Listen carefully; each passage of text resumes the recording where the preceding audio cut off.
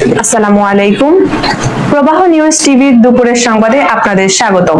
সাথে আছি আমি তানজিলা ইসলাম।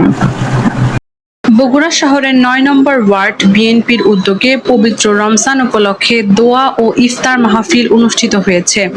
শহরের সূত্রাপুর এলাকায় আয়োজিত এ অনুষ্ঠানে স্থানীয়দের মাঝে ইফতারি বিতরণ করা হয় এবং দেশ ও দলের কল্যাণ কামনায় দোয়া মোনাজাত করা হয়।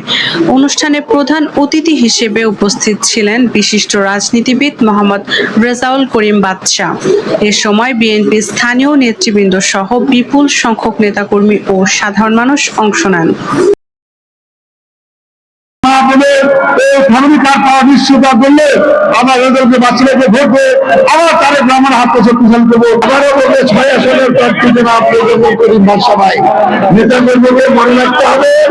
এই উপনির্বাচনে তারেক রহমান এই নির্বাচনে ধানের শীষে এই নির্বাচনে আপনাদের সকলকে অংশগ্রহণ করতে হবে, ভোট কেন্দ্রে উপস্থিত হয়ে আপনাদের ভোট দিতে হবে।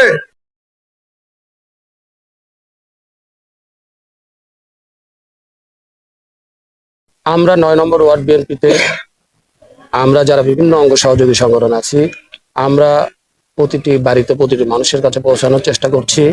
আমরা আশা রাখছি ইনশাআল্লাহ জনাব তারেক রহমানকে ধানের শীষে আমাদের বগুড়া জেলা বিএনপির সম্মানিত সভাপতি জনাব রেজাউল করিম বাদশা ভাইকে অনুরূপভাবে বিপুল সংখ্যক ভোট দিয়ে বগুড়াতে এমপি নির্বাচিত করে আমরা ইনশাআল্লাহ ধানের শীষের বিজয়কে সুনিশ্চিত করে আশা প্রত্যাশা করছি।